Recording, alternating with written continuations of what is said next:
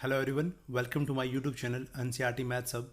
आज हम बात करेंगे वर्कशीट नंबर 24 की, जो कि कक्षा 10वीं के गणित विषय के लिए शिक्षा निदेशालय राष्ट्रीय राजधानी क्षेत्र दिल्ली से रिलीज़ हुई है। आज का हमारा उप विषय है समरूप त्रिभुजों की कसौटियाँ। अब देखिए, नाम से ही पता लग रहा है समरूप, जो समान आकार वाली त्रिभुजें हैं उनकी क्या क्या कसौटियाँ हैं, या हम कह सकते हैं कि जो दो त्रिभुज हैं उनके समरूप होने के लिए हमारे पास क्या क्या कसौटियाँ हैं। किस किस कसौटी से दो त्रिभुजें समरूप होती हैं। हम आगे बढ़े उससे पहले देखिए हमारे पास क्या है, सदैव समरूप आकृतियों के नाम लिखिए, ऐसा क्यों। देखिए, आप तीन आकृतियाँ आपके सामने नज़र आ रही है, ये क्या है, हमेशा क्या होती हैं, समरूप होती हैं, समान आकार की दिखती हैं। ऐसा क्यों है, देख सकते हैं आप कि जितने भी हमारे पास वृत्त होंगे, यहाँ आपके सामने क्या है, जो सेकेंद्रीय वृत्त नज़र आ रहे हैं आपके सामने, कि हमारे पास जो तीन सेकेंद्रीय वृत्त हैं हमारे पास, ये सारे के सारे क्या समरूप है, समान आकार वाले हैं, क्योंकि इनकी त्रिज्याएं तो भिन्न है, बट ये सारे के सारे संपूरक कोण बनाते हैं, 360 डिग्री का कोण बनाते हैं, इसलिए सारे में एक जैसे नज़र आते हैं, सारे गोल गोल नज़र आते हैं, इसलिए ये समान आकार वाले हैं और हमें समरूप ही, हमेशा समरूप ही रहते हैं। दूसरा जो आपको आकृति नज़र आ रही है वो क्या है, हमारे पास समबाहु त्रिभुजों की आकृति है, जिसमें जो समबाहु त्रिभुज, जैसे नाम से पता लग रहा है, समबाहु समान भुजाओं वाली त्रिभुजें, जिनका प्रत्येक कोण 60 डिग्री का होता है। जितने भी समबाहु त्रिभुजें हैं वो सारी एक जैसे आकार की होती हैं। और तीसरी देखिए, आप जो आपको नज़र आ रहा है वो क्या, हमारे पास तीन वर्ग नज़र आ रहे हैं। अब जितने भी वर्ग आपको नज़र आते हैं, कहीं भी आपको वर्ग दिखते हैं, वो सारे के सारे क्या होते हैं, समरूप होते हैं, क्योंकि उनका प्रत्येक कोण 90 डिग्री का होता है, वो समान आकार के हमें नज़र आते हैं। ये तीन आकृतियाँ थी जो हमेशा समरूप होती हैं। अब देखिए, हमारे पास कसौटी नंबर 1 है, जो कि त्रिभुज के समरूप होने के लिए प्रयोग की जाती है। पहली कसौटी देखिए, कोण है, जो कि हम एंगल समरूपता बोलते हैं। प्रीमियम 6.3 एनसीईआरटी से आप पढ़ सकते हैं इसके बारे में। आप कंप्लीट डिटेल से पढ़ना चाहते हैं तो मेरा चैनल एनसीईआरटी मैथ्स सब्सक्राइब कर लें। आपको इसमें 9th और 10th के लिए सभी चैप्टर्स के लिए कंप्लीट वीडियो मिल जाएंगी। अब देखते हैं कसौटी 1 के लिए कथन। देखिए हमारे पास क्या है, यदि दो त्रिभुजों में संगत कोण बराबर हो तो उनकी भुजाएं एक ही अनुपात में होती हैं, और हम कह सकते हैं समानुपाती होती हैं, इसलिए यह त्रिभुज समरूप होती हैं। ये त्रिभुज क्या होते हैं, समरूप त्रिभुज होते हैं। जैसा कि आप देख सकते हैं, त्रिभुज ABC और त्रिभुज DEF में हमने कहा संगत कोण बराबर होने चाहिए। आप देख सकते हैं, त्रिभुज ABC के अंदर संगत कोण कौन सा होगा, A का संगत होगा कोण D, कोण B का संगत कोण होगा E, और कोण C का संगत कोण होगा F। इनकी भुजाओं का अनुपात बराबर क्या होगा, ये अनुपात बराबर होगा, और हम कह सकते हैं संगत भुजाएं समानुपाती होंगी। जैसा कि आप देख रहे हैं, AB अनुपात DE बराबर है AC अनुपात DF बराबर है AC अनुपात EF। ये तीनों संगत भुजाओं का अनुपात बराबर है, जबकि कोण 1 बराबर D है, कोण B बराबर E है और कोण C बराबर F है। अतः हम कह सकते हैं त्रिभुज ABC है वो समरूप त्रिभुज DEF के है। अब देखिए, कसौटी नंबर 2 हमारे पास है भुजा भुजा समरूपता नियम, जिसको हम बोलते हैं SSS, साइड साइड साइड समरूपता नियम, प्रमेय 6.4। कथन देखिए हमारे पास क्या है, कथन जो है हमारे पास, यदि दो त्रिभुजों में से एक त्रिभुज की भुजाएं दूसरे त्रिभुज की दो भुजाओं के समानुपाती हो, एक ही अनुपात में हो, तो उनके संगत कोण भी बराबर होते हैं, इसलिए दो त्रिभुज समरूप होते हैं। त्रिभुज ABC और DEF में आप देख सकते हैं, आपके सामने जो आपको नज़र आ रही हैं। संगत भुजाएं देखते हैं आपको, देखिए AB की संगत भुजा DE है, जैसे कि आपको ब्लू कलर में नज़र आ रही हैं। उसी प्रकार से AC की संगत भुजा DF है, जैसे कि रेड कलर में नज़र आ रही है, और BC की संगत भुजा आपके पास कौन सी है, EF, जो कि ग्रीन कलर में नज़र आ रही है। इन संगत भुजाओं का अनुपात क्या होगा, बराबर होगा। कब, जब ये संगत उनके कोण बराबर होंगे। आप देख सकते हैं कि कोण A बराबर कोण D है, कोण B बराबर कोण E है, और कोण C बराबर कोण F है, जबकि संगत भुजाओं का अनुपात देखिए AB बाय DE बराबर है AC बटा DF बराबर है BC बटा EF।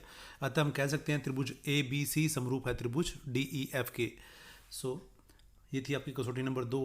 अब देख सकते हैं कसौटी नंबर 3, देखिए भुजा कोण भुजा समरूपता नियम और साइड एंगल साइड समरूपता नियम, जो कि प्रमेय 6.5 एनसीईआरटी में आपने पढ़ी है। आप देख सकते हैं, जो हमारे पास कथन है इस कसौटी के लिए, देखिए क्या है, यदि एक त्रिभुज का एक कोण दूसरे त्रिभुज के एक कोण के बराबर हो तथा इन कोणों को अंतर्गत करने वाली भुजाएं समानुपाती हो, तो दोनों त्रिभुज समरूप होती हैं। त्रिभुज ABC और DEF में आप देख सकते हैं। देखिए, वो फिर से रिपीट करना चाहूँगा, मैं फिर से समझाना चाहूँगा कि जिन दो भुजाओं के बीच का जो कोण बराबर होगा, वो कोण बराबर होने चाहिए, और उन दो भुजाओं का जो अनुपात है वो बराबर होना चाहिए। आप देख सकते हैं, कोण A बराबर कोण D है, और उनकी संगत भुजाएं कौन सी, देखिए AB और उधर से DE, जैसे कि आपको ब्लू कलर में नज़र आ रही है। एंड सिमिलरली AC और DF जो है हमारे पास जैसे ऑरेंज कलर में नज़र आ रही है, ये भुजाओं का अनुपात, और उनके बीच का कोण A और D इक्वल है। उसी प्रकार से कोण B और E इक्वल हो तो हमारे पास भुजाएं कौन सी होंगी, AB और DE, और बराबर इधर होगा बी सी और ई एफ। उसी प्रकार से अगर सी और कोण एफ बराबर हों तो हमारे पास भुजाएं कौन कौन सी होंगी, ए सी बटा डी एफ होगी और जैसे बी सी बटा ई एफ होगी। सो अतः त्रिभुज ए बी सी समरूप है त्रिभुज टी ई एफ के। सो हम आगे बढ़ते हैं तो आप देखते हैं उदाहरण देखते हैं आपके सामने उदाहरण क्या है, ध्यानपूर्वक उदाहरण देखिए। सो दी गई आकृति में यदि पी क्यू समानांतर है आर एस के तो त्रिभुज पी ओ क्यू समरूप है त्रिभुज एस ओ आर के। सो देखिए हमें क्या है कि जो ये लाइन्स हमें दे रखी हैं आपके सामने, this line and this line, both lines are parallel, समानांतर हमें गिवन है। और हमें देखिए अगर ये समानांतर है और ये हमारे पास देखिए जो ये क्या बनाएगी, तिरेख रेखाएं हैं, तिरेख जो लाइन है हमारे पास और ये भी तिरेख लाइन है, तो ये क्या बनेंगे, कोण एक आपके सामने देखिए, ये कोण एक यहाँ पे एकांतर कोण बनेंगे। उसी प्रकार से कोण तीन आपके साथ एक अंतर कोण बनेंगे और ये कोण दो आपके शीर्षाभिमुख कोण बनेंगे। सो आप कह सकते हैं हल के अंदर आप देखते हैं तो हल में देखते हैं आप त्रिभुज पी ओ क्यू एवं एस ओ आर में पी क्यू समानांतर है आर एस जो हमें दिया है, कोण पी बराबर कोण एस है एकांतर कोण, कोण क्यू बराबर है कोण आर एकांतर कोण, पी ओ क्यू बराबर है एस ओ आर शीर्षाभिमुख कोण। सो त्रिभुज पी ओ क्यू समरूप है त्रिभुज एस ओ आर के, किस नियम से, एंगल समरूपता नियम से। सो आप देख सकते हैं आपके लिए एक एक्टिविटी है जैसा कि क्रियाकलाप जिसको बोलते हैं हम, कोई भी 3 तिलियां लीजिए और उनसे एक त्रिभुजाकार बनाइए, एक त्रिभुज का आकार बनाइए। अब क्या करना है, दुगने माप की 3 तिलियां लेकर समरूप त्रिभुज बनाइए। सो देखिए आप जो पहले आपने 3 तिलियां ली है उससे एक त्रिभुज बना लीजिए और फिर दूसरी जो त्रिभुज बनाएंगे वो पहली जो तिलियां ली उसकी डबल लेंथ की डबल लंबाई की तिलियां लेकर बनाएंगे तो आपकी संगत भुजाओं का जो अनुपात मिलेगा आपको क्या मिलेगा, 1/2 1/2 1/2 मिलेगा। तो संगत भुजाओं का अनुपात बराबर हो जाएगा तो 2 त्रिभुजें क्या हो जाएंगी, समरूप हो जाएंगी। सो यही आपकी क्रियाकलाप है, एक्टिविटी आप कर सकते हैं इसको। सो देखिए अब हमारे पास क्या है, ध्यानपूर्वक देखकर तालिका भरिए। हमें एक तालिका दी हुई है, टेबल दी हुई है, हमें इस टेबल को कंप्लीट करना है। जैसा कि आप देख रहे हैं समरूप त्रिभुज, देखिए इस तालिका में हमारे पास क्या है, 4 कॉलम बने हुए हैं। फर्स्ट कॉलम में आपको नजर आ रहा है समरूप त्रिभुज, सेकंड में आपको संगत कोण और तीसरे जो आपका कॉलम बना हुआ है उसमें क्या है, संगत भुजाओं के अनुपात। सो देखिए पहला जो हमारे पास क्रम संख्या के अंदर पहला जो है त्रिभुज ए बी सी समरूप है त्रिभुज डी ई एफ के, तो उनके संगत कोण कौन से बनेंगे। तो देखिए बहुत आसान है याद रखने का तरीका कि जो 2 त्रिभुजें समरूप दी हुई हैं उनके जो क्रॉसपॉन्डिंग संगत पोजीशन पे जो लेटर रखे हुए हैं वही हमारे संगत कोण होंगे। जैसा कि ए बी सी में देखिए फर्स्ट लेटर कौन सा हमारा ए है, उधर से डी ई एफ के अंदर फर्स्ट लेटर कौन सा है, डी। सो कोण ए बराबर कोण डी हो जाएगा। उसी प्रकार से कोण बी बराबर कोण ई हो जाएगा और कोण सी बराबर कोण एफ हो जाएगा। अब संगत भुजाओं के अनुपात जो जो आप क्रॉसपॉन्डिंग साइड उठाते जाओगे उन्हीं का अनुपात उठा लीजिएगा, अनुपात बराबर कर दीजिए। जैसे कि पहले 2 लेटर ले रहा हूँ ए बी, तो उधर से आप पहले 2 लेटर लेंगे D E. So A B बटा डी ई हो जाएगा, फिर बी सी बटा ई एफ हो जाएगा और पहला और तीसरा ले लीजिए ए सी बटा डी एफ हो जाएगा। सो ये हमारे पास संगत भुजाओं का अनुपात था। तो त्रिभुज देखिए क्रम संख्या 2 में जो त्रिभुज नजर आ रही है आपको पी क्यू आर समरूप है त्रिभुज ए बी सी के। सो संगत कोण कौन से बनेंगे, पी बराबर ए, कोण क्यू बराबर बी, कोण आर बराबर कोण सी, संगत कोण बन जाएंगे। उसी प्रकार से संगत भुजाएं अनुपात कौन सा बनेगा हमारे पास, पी क्यू बटा ए बी, क्यू आर बटा बी सी और पी आर बटा ए सी। उसी प्रकार से क्रम संख्या 3 में आप देखते हैं त्रिभुज डी ई एफ समरूप है त्रिभुज पी आर क्यू के। सो संगत कोण बनेंगे वो हमारे पास क्या बनेंगे, डी बराबर पी बनेगा, ई बराबर आर बनेगा और एफ बराबर क्यू बनेगा।